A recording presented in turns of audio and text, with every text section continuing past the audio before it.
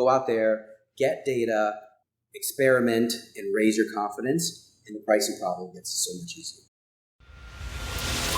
Coffee's for closers only. So we've established my proposal is sound in principle. Now we're just haggling over price. Let's see how much we're going for on eBay. I mean, it's the same as Dunkin' Donuts. Costs 15 times the price.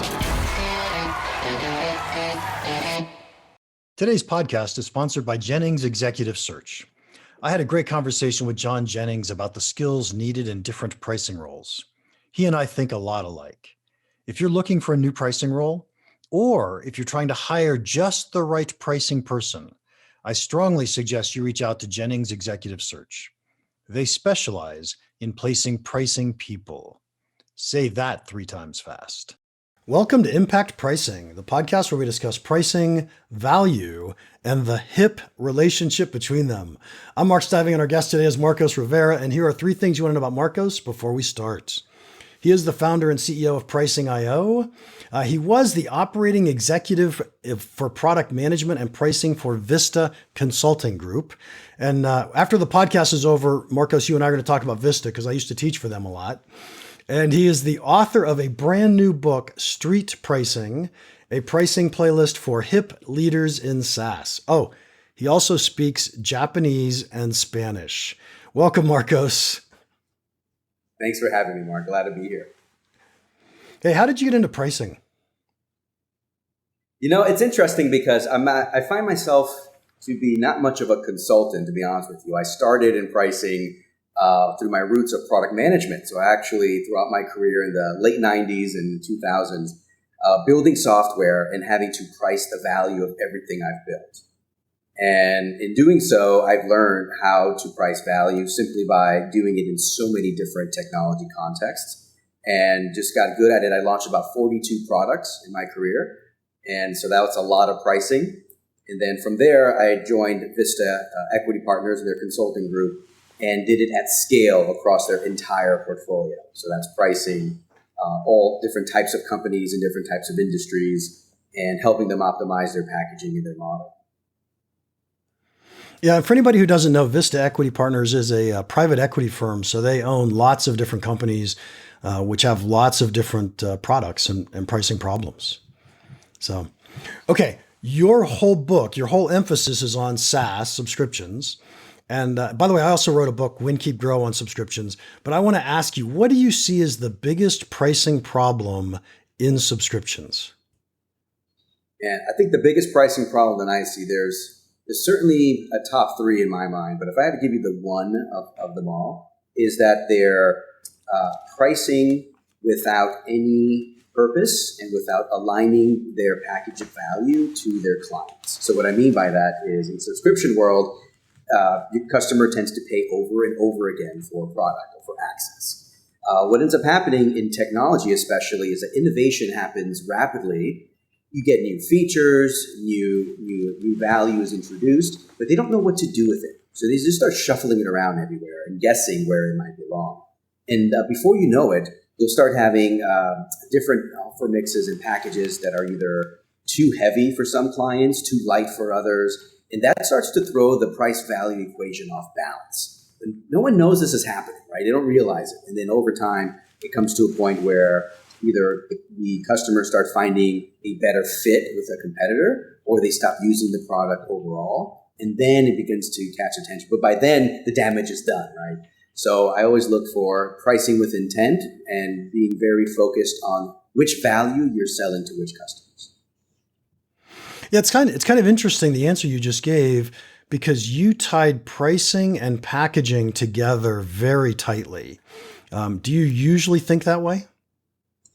I try. It's really difficult to decouple the two. The reason why is because I look at pricing as pricing an experience to the customer, especially in technology. So it's whether they have the types of access to the product, how they're onboarded, how they're the integrations, features, of course, how they're supported, training, all those things are part of the experience. And you're trying to set a value for that experience. So I find it difficult to separate packaging and pricing. While they're not the same thing, I find them closely related. Yeah, I would agree completely.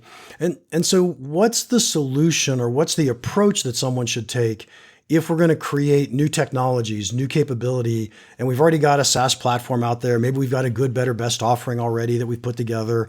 How do I decide where I'm going to put this new feature or new capability? Yeah, that's an excellent question. I get that almost every day now that I think about it.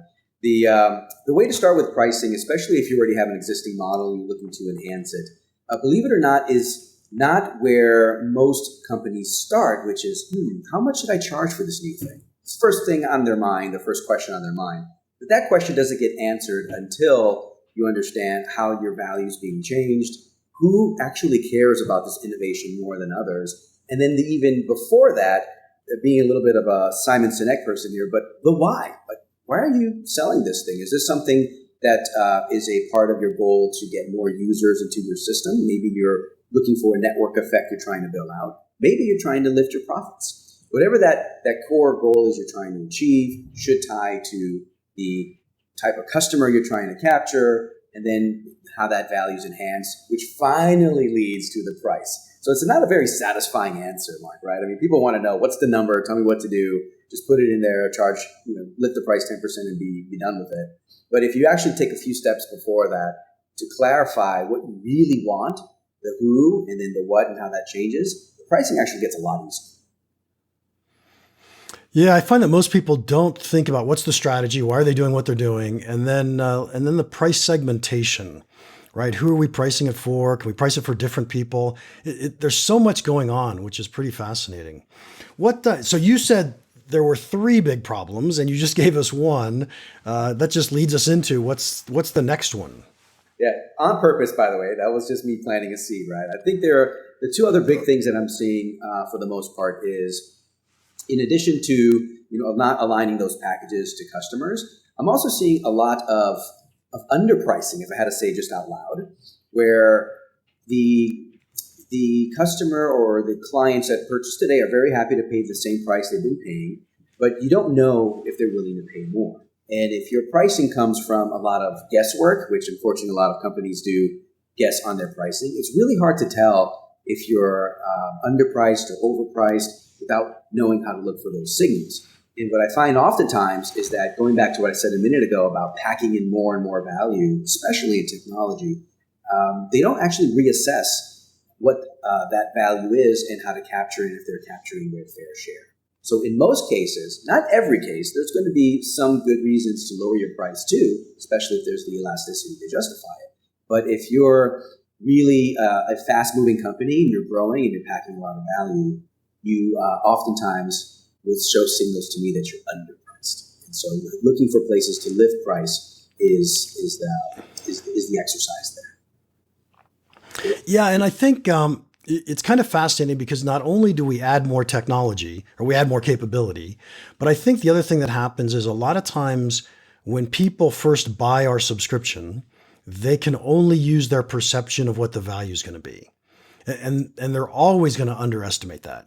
And once they get the product and they start using it, and we do a good job with our customer success departments, they're realizing a lot more value than they ever thought they were going to in the first place, which essentially says, hey, there's room to raise prices. Absolutely. And that's precisely the point, is as you gain more experience, your customers gain more experience too. And they start realizing, now that they've used it, the value of it. And then they start imagining the world without it and realize it's so much better with the product than without it, which also lifts the price. And that's, again, a lot of SaaS entrepreneurs out there aren't necessarily taking that into effect. And for reasons that I can understand. I mean, they're trying to grow a business. They're trying to get as many customers in the door. Maybe there's some revenue optics they're trying to put together for a fundraise. Lots of things going on. But a big miss is going back and not reassessing your pricing to your value after you've already released so many good new capabilities to the client. Yeah, nice. Okay, number 3. Yeah. So number 3, and this is one that I think that a lot of companies can relate to, and that is overcomplexity in the model. And what I mean by overcomplexity in the model is too many moving parts. So for the other side of those that just kind of leave it alone and maybe keep it too simple and leave them on the table, there's other side that They tend to overcomplicate things with too many value metrics or too many moving levers, too many add-ons, too many things to consider. And what ends up happening is you start confusing the buying process, confusing the buyer. And a confused mind rarely buys, right? And so the idea of how do you pull friction out of that process is another big win for a lot of companies. And it's usually a quick win as well. Sometimes it's just collapsing a few things together, clarifying the packaging, maybe readjusting the bundles a bit. And you can see right away how much faster and easier the sales conversations are. Yeah, and I think the attitude or the intent for the complex pricing is the right attitude or intent because we're trying to capture as much value as we can. But as you point out, when customers get confused, they don't want to buy. Customers are afraid to make a mistake. And so if they think they're going to make a mistake by picking and choosing the wrong things, it's easier not to decide, which is one of the reasons why packaging good, better, best is such a phenomenal approach. Over 70%. I like to use the George Bushism, don't over-complexificate it. I love that. But I guess you have to be old enough to know who George Bush was. It's true. No, I was around with the Reagan years. I get it. Yep, totally. Okay.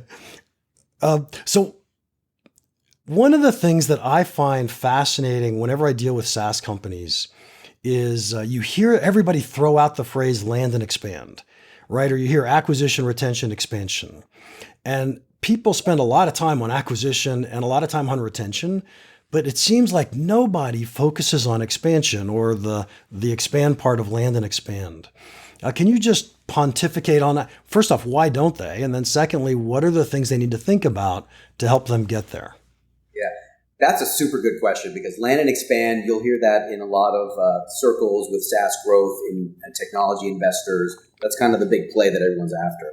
I'll say a couple things. One is that there's nothing wrong with land and expand, but what often happens is that it's mostly land and very little expand. And there are a couple things at play going on here. First thing that's happening is that when you put so many, you place so many of your chips on the land part of it, right? You start being overly generous with your limits or overly generous with what you're including. Hey, let's just throw that in to sweeten the pot, sweeten the deal. And what ends up happening is you put so much of your expansion opportunity into the land that your expand opportunities are limited. And so putting too much into the land, over discounting, which oftentimes can anchor the price a bit lower and make it harder to expand.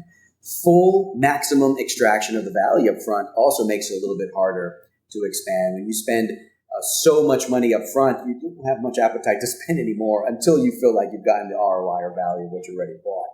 So I say I would call it overly heavy on the land makes it tougher to expand. And that naturally happens through a lot of these sales efforts. The other thing, I would say the second thing I find very common and also linked to what I said a minute ago about friction is that in the model, because it's so optimized around expand, you often don't see a lot of really good opportunities or even thoughts on what the expansion motion looks like. So what I mean by that is getting someone to a certain point in the software, milestone, use case, whatever that is, oftentimes signals they've received and gotten some value.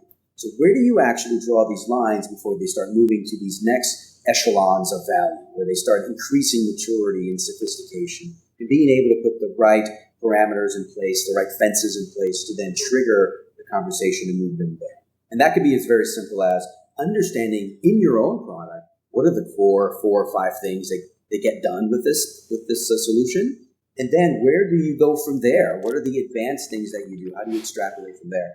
If you understand that journey, you then start building in the right areas and the right trigger points to start expansion over time, which is the beautiful part. Yeah, and I find that most people don't even think about the expansion well enough ahead of time. They haven't thought through. I like the way you phrased it. What are the 4 core things you're going to do in the good package, and then what's the next thing you really want to get accomplished as you're going to move up the chain or up the product line.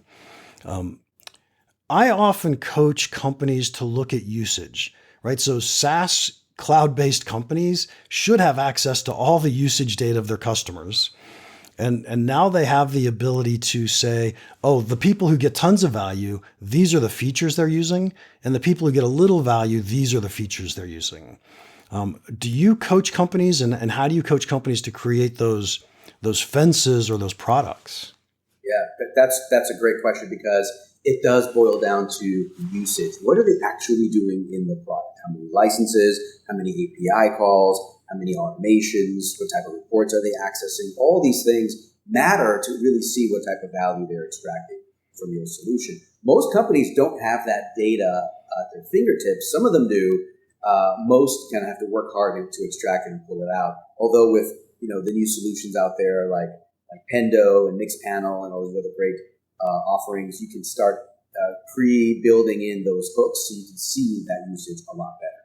So the way I think about coaching it is those 4 or 5 use cases tend to be the most core reasons to even buy your product in the first place, right? So this is, it'd be silly to use you without having these core capabilities in there. And that's usually the genesis of the product or why you even built it in the first place as a SaaS founder. But then you start extrapolating. Would it be fair to use the phrase MVP or minimum viable product for that? I would use it's fair. It's fair. Although the word minimal is where I trip up a little bit because that's fairly relative. It could be the minimal viable product to achieve the amount of value that accentuates your differentiation. Meaning you're coming to market with something new. Either you're faster, you're better, whatever it is. And you want to make sure that minimal viable product takes them to the point where they say, wow, this is actually something I really need to use. Some minimal viable products are either concept tests or give only a part of the value that may not be enough to get them to a point where they're willing to pay. That's my only trip up with the word minimal. Got it. But yes, in a sense, that's where it is. You want to get them to that point where they're getting value with that base use cases of the product. Okay, and then the next step up, I interrupted you. You can absolutely no problem. The next step up from there is now that you have those core based use cases and you have a amount of usage. The big thing you want to look for when you're doing this, by the way, is not to discourage use of the product with the model. So if I was in a Netflix user and you were to charge me for every minute of viewing time or for every show that I watched, it would change my behavior a little bit. I would have to think twice before watching, which could get in the way of me extracting value. So be a little bit careful about over-indexing on what they're doing in the system, because you don't want to inadvertently discourage them from using the product. Okay? So from the base, you then move on to the next tier, which these are things that tend to require a little bit more integration, a little bit more data, maybe more conditions and rules, a little more automation. I am speaking in the tech world here, right? Most technology does the same thing. Robert Smith, the founder of Vista, was critiqued for saying that most software tastes like chicken because most of them do the same thing. They're designed to create efficiencies through doing something faster or avoiding work, getting you data faster, avoiding compliance issues, things like that. So when it comes to the second tier, you're now looking for things that a more mature user would be looking for in the sense of data, automation, and integrations. Right? Those are the big ones that start to fold into that next tier. Then that highest tier, just thinking about good, better, best, just to go with a very common model, is usually now getting into the highest level of sophistication at scale, right? So you have basic, you have sophistication, then you have sophistication at scale, which are now things that get into admin control, more controls, more ability to grant permissions to different types of users, security, privacy, even deeper data, more complex integrations, more hand-holding when it comes to rolling out and training.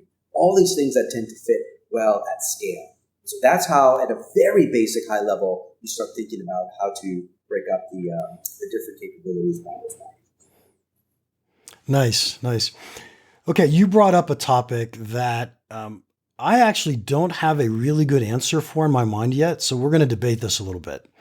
And that is usage-based pricing. Everybody's talking about usage-based pricing now. And you just pointed out that if I charge you by the minute of movie you watch, if I'm Netflix, I charge you by the minute of movie you watch, I'm going to change your behavior and you're going to watch less movies. So what's the trade-off between incentivizing people not to use my product because I'm charging them for usage, and taking advantage of the fact that the more they use it, the more value they get, and the more we should be capturing of that. No, it's a very hot topic right now in pricing circles. I talk about it a lot with enterprise companies and even companies at smaller sizes as well, looking for a way to introduce some usage basis. So I'll go a couple of things. One is usage even right for you? And then I'll talk about how to think about usage-based pricing directly to your question, which is, inputs versus outputs, and how to be very careful on what type of behavior you're influencing. So is it even right for you in the first place, right? And I look at companies and the age-old, classical, seat-based, user-based pricing that is the dominant way most companies price in subscription software today. I look at that and I say it may not be appropriate in all context anymore. It's not the devil, though. It's actually still appropriate. A lot of great companies like Slack, like Salesforce, Atlassian, they all charge by the user, and they're all doing just fine, right? So what does this usage-based pricing piece, and how do you take advantage of the benefits of going usage-based? It really depends on the software itself, and it comes down to really two dimensions.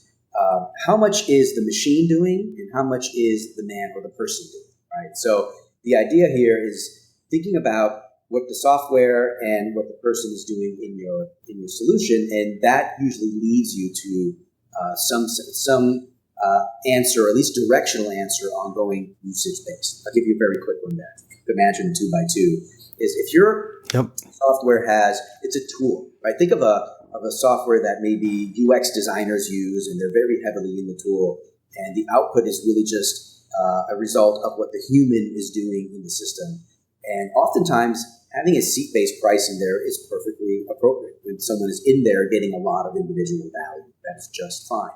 But in other solutions like, say, Datadog or AWS or Snowflake, where it's actually the system doing a lot of the work, the algorithms, the AI, whatever that is, now in those cases, it's the machine, it's the solution doing most of the work. The humans aren't doing much but setting things up or creating connectors. In that case, then usage-based gets even more interesting, because now it's the system that's using it. There's really not a lot of humans in there doing much. So is charging by the seat even appropriate, right? Or even aligned to value? Value is not in the people using it. The value is in what the machine is doing and the volume and frequency at which it's doing it. So now that's usage-based. But you're probably thinking, Mark, hey, what if software that does a little bit of both, right? You got like project management software. You have other softwares that content management's another one where people are doing stuff in there and the system's automating stuff in there.